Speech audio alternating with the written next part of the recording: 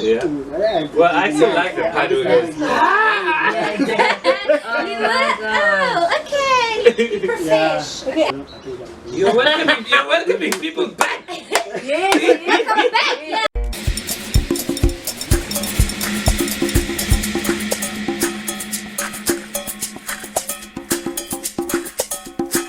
Hello guys, welcome back to my YouTube channel. I want to also thank you very much for watching my videos. We're gonna have another beautiful dialogue with my colleagues, and I would like them to introduce themselves from my right. You have. Hi, my name is Mali. I'm an OT as well. I work in psychiatry. I basically just do groups in private practice and sometimes do a little bit of individual work. So yeah. I'm Dominique. I am a occupational therapist. I work in a district level hospital, so an acute clinical setting. And as a district level hospital, the occupational therapists work in neuro, in ortho, in surgery, so a little bit of everything. So the generalist OT. Yeah. Hi everyone, my name is Siwe and I'm also an occupational therapist.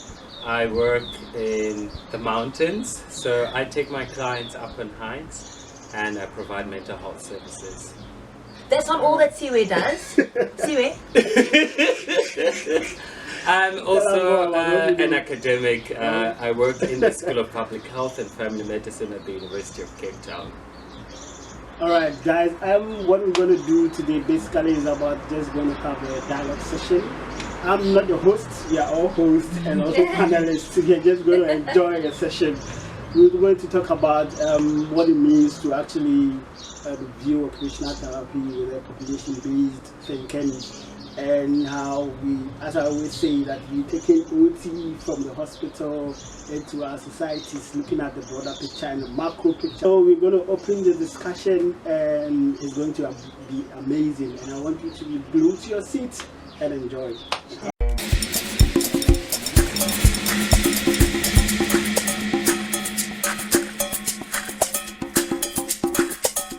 Basically saying, your first interaction with social or like non-traditional views of occupational therapy. So it's a little difficult for me to do that because I don't think I actually practice occupational therapy as much as you guys do. My main job is to teach, and I teach things that aren't even occupational therapy or occupational science. I'm teaching people about empathy, about communication, and about how to think.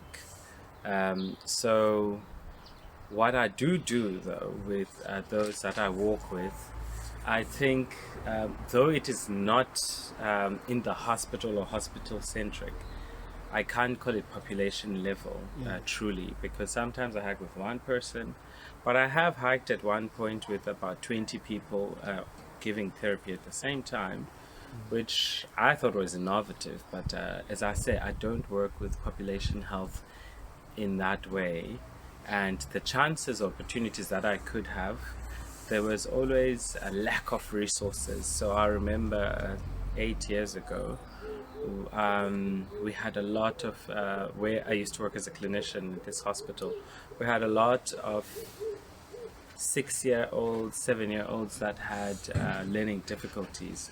But now government policy in South Africa says that if you have a learning disability, a learning difficulty after the age of 6, you are no longer in the ambit of the Department of Health. You are now the Department of Basic Education's responsibility, and it should be their therapists that are employed by them that should do that. But in the district that I worked in, the person who was meant to be the educational therapist, as they called education therapists, as they called them, had just been a teacher. And that's it, and had never actually done any form of professional training for any kind of therapy, right? And so it was difficult. So then I tried to formulate or establish some relationships with some schools and teachers about how to deal with learning difficulties in the classroom setting. but I was focusing with teachers because I knew they would have a greater reach than I did, and I was only there for a limited time. So now, 8 years later, I don't actually have a really solid. Understanding. No, I definitely understand. He understands, baby. Please don't get it twisted. But I don't have a solid practice where I can say this is population-based approach. Okay, then I have a question for you. Yeah. Can we not say that population-based is a way of thinking and not necessarily a practice? Because if I think a certain way, that should translate through your doing when you're teaching your undergraduates. It seems to me you're making an assumption. I'm just asking a question. No. What I'm saying is that you answer yourself in the same question that you've just given me, in that thinking or cogitating about things, reflecting about things, whatever it is that you want to call thinking or label it as, is different from actually practicing. When you're practicing, it is thinking, of course, plus action, right? Yeah. Just merely thinking about population health is not enough, I think. It should be something that is measurable, something that is, for lack of a better word, I'd say tangible. But I mean, like, people must be able to say what it is that has happened since the practice began or something like that. I'm not doing that. You see, I'm teaching people, yes, about population-based approaches, but from a very generalist point of view. Yeah. So we're not talking about occupational therapy, though in my course, I must say this. So we introduce students to what health is, what health means, and that introduction is through a reading from the Concepts in Occupational Therapy Southern Perspectives textbook. Yes. So and I teach all of the professions, the undergraduate professions at UCT. So that's your audiology, medicine, occupational therapy, physiotherapy, speech therapy, and they all have to understand health the OT way. That's as much OT as you'll find in the course. From that point onwards, we look at primary health care, and primary health care is not something that is just for OTs or just for nurses. It's for all health professions. So that's why I'm saying I don't know how to really answer your question because I'm no longer in that field. But I think I agree with you in terms of saying, like, just because the way you think doesn't influence the way you do, like, because you have a different way of thinking and now you've accessed this body of knowledge. Well, we've been exposed to it only because we're doing a master's, right?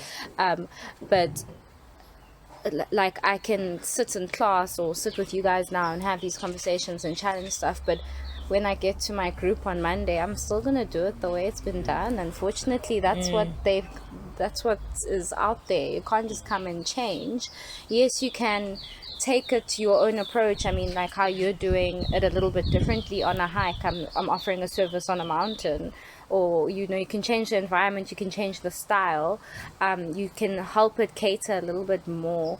But I've been thinking about working on my process circles and making it more what's the word I'm looking for, more applicable or translatable to the black patients that we have, instead of talking about things like random concepts like hope and release and trust, and, like let's talk about African connection and interdependence. Let's talk about that in the circle and where we're breaking a little bit and how that's affecting our mental health, because I can do a 30-minute session on Qigong and meditation, but where are you going to go do that in your house?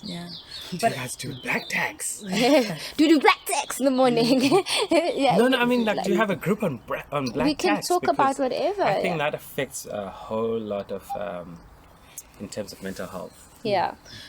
I think, what you guys are saying now, like, I think I had a question that I've been sitting with like why is it that when it comes to this kind of thinking, you could see this more in occupational science than occupational therapy? Like you could see, like in the literature, you could see these professors and theorists talking about how we should look at things in the population bit, or we should channel our thinking towards practicing in a transformative way, and then they give a lot of ideas and all that.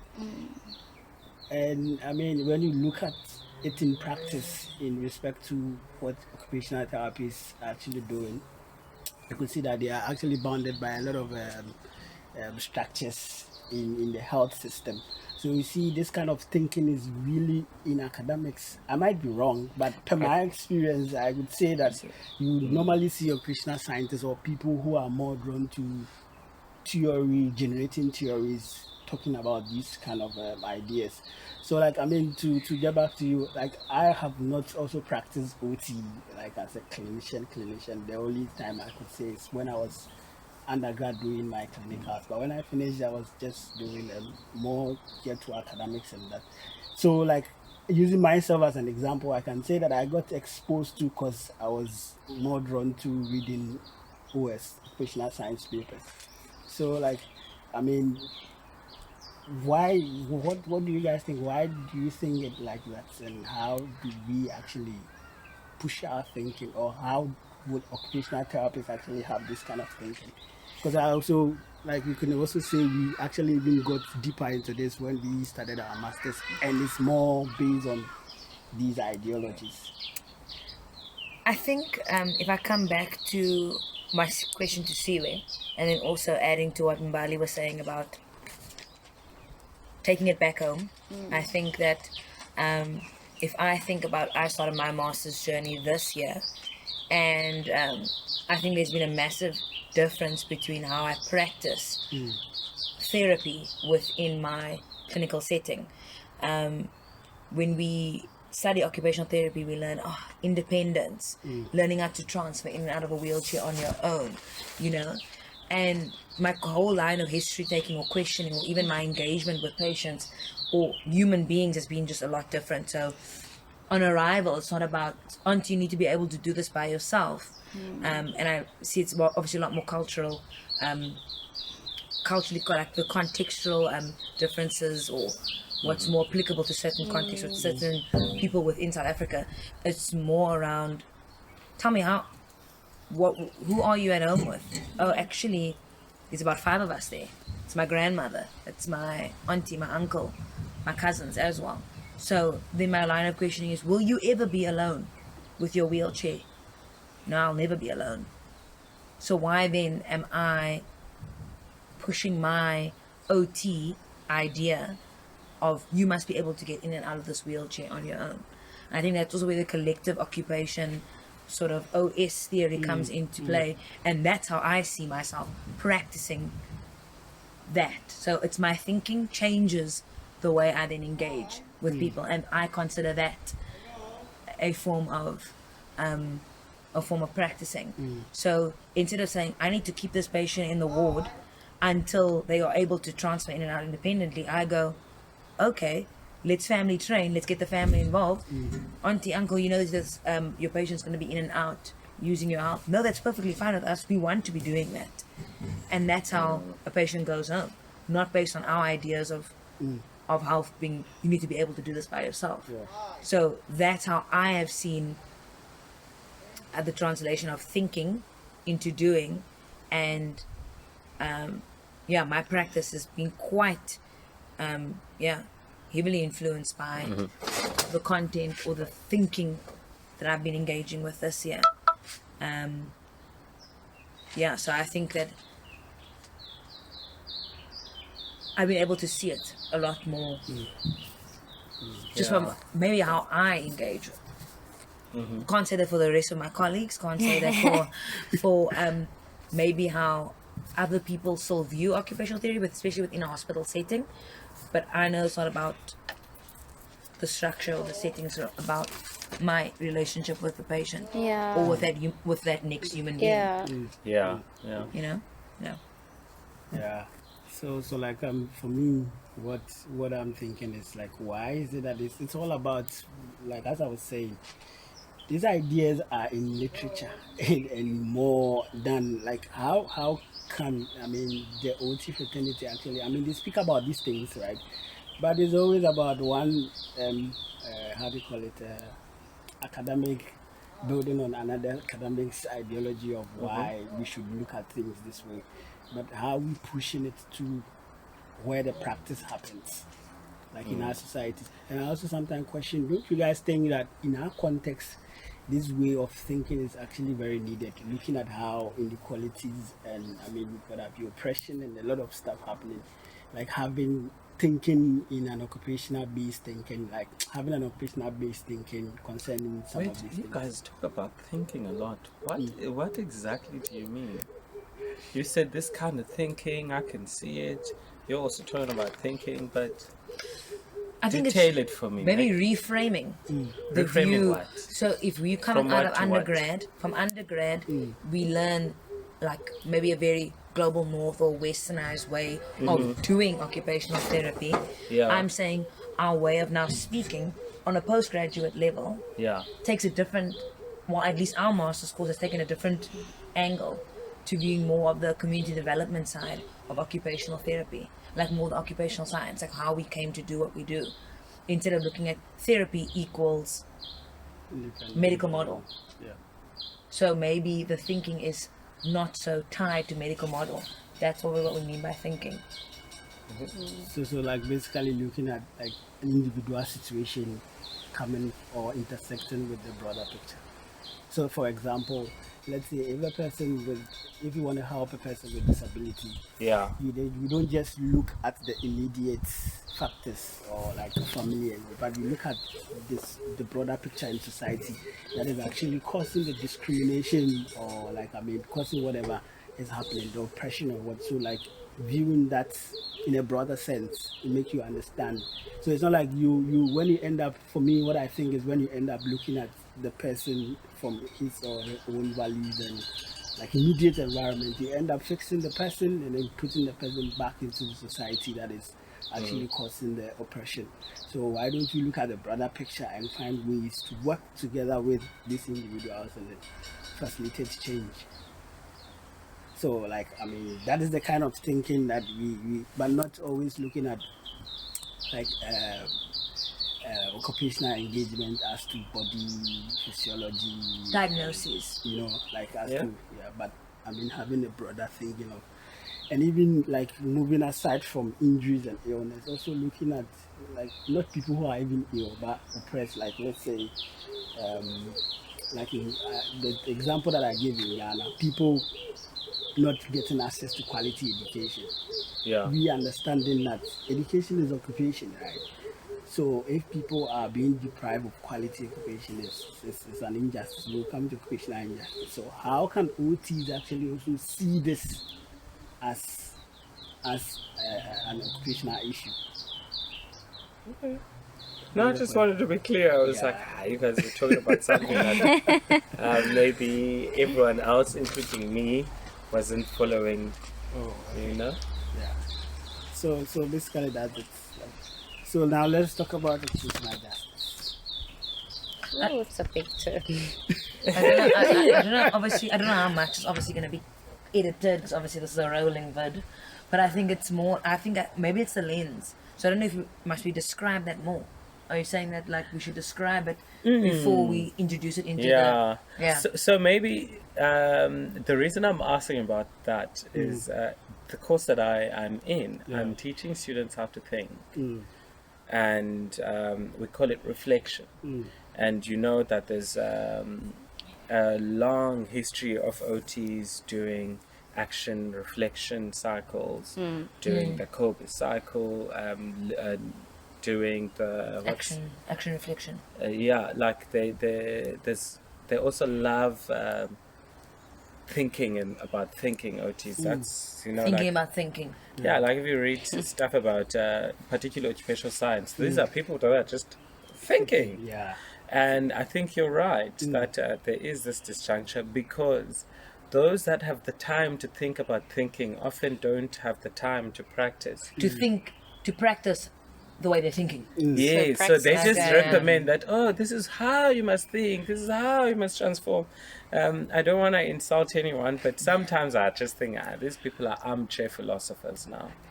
Like, they can say from the, and I guess I'm one of them because I'm an academic, right? We can say from the comfort of our offices what we think. Yeah. And There's no you know, so you're saying there's no praxis, just not thinking. not always. I mean, there are people that write very prolifically but do not practice, and they write about practice, and I'm like, When last did you practice? are you imagining these Or things? it's that separation between like reinforcing this is my professional self, this is my Yeah. personal self. So it's fine if I think this But, professionally, yeah. but there's even no even carry over to how you conduct. Yeah, Yourself personally. and then here's the other thing: for those that practice now, you guys practice, so you must correct me. But this is what I think. Often when you're doing what you're doing, you're not thinking about, ooh, I must write what I'm doing in this way. You're just doing what you're doing, Yeah. right? You, and then you, like, you don't explain what you're doing all the time. Like each and every decision that you make, you're like, okay, I'm going to assess your range of movement because you have a contracture, and a contracture is this and this and that. You don't do that. You often Just do it. you just do Build it, rapport right? and then you're just chatting and You know, and so that knowledge gets to be then embodied. So your body sometimes just knows what to do without actually you having to go deep into your, oh my God, what did this lecturer say in third year? No, it just happens, and sometimes you can't even explain how you did what you did. and why you even did it. Yes, but it just worked, right? Yeah. And I found those people, and they have awesome ideas, hardly find the time to then sit and think about what they have just done in this day or in this past month or whatever period that they're reflecting about the experiences and how innovative and transformative it was. They often don't have that time because 8 to 5 p.m. is just patients groups, meetings, admin, you know? And that's why then in my course, I'm teaching people to think so that, because I know the end point for all the students that I teach, either 5 or 7 years from now, they will be practicing in a clinic, in a government institution, and they need to know how to already record their thinking, and to so I don't necessarily teach them a particular way to think. I just want them to be aware that there are many ways to think, and all these ways you can use them simultaneously, you can use them sequentially, and you can also take note and be aware of what you're thinking, and then record that, you know, like a quick diary or something like that. Even in how you write patient notes, if you're doing this kind of reflection, it starts to make sense.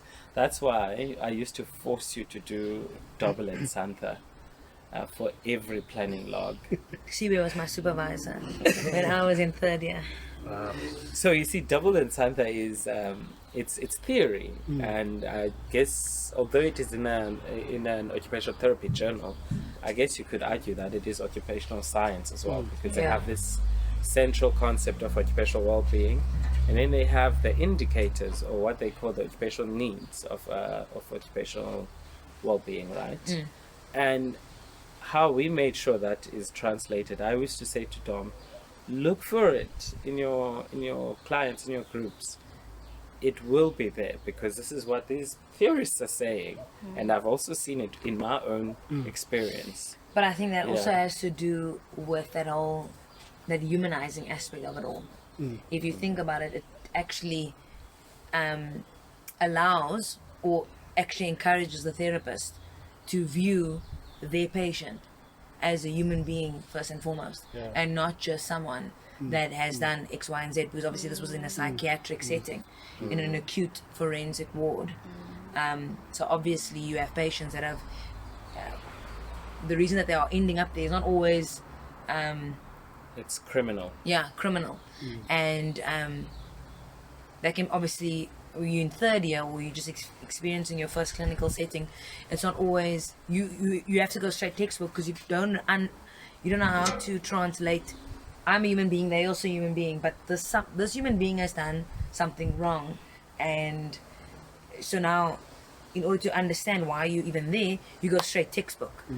But I think that taking on that double entendre approach and looking at occupational needs actually encourages or changes the way the therapist thinks. I think we also made sure that it is population based. Yes. Because I know there are very, like if you read Double and Santa, she speaks about, well, they speak about 7 occupational needs, right?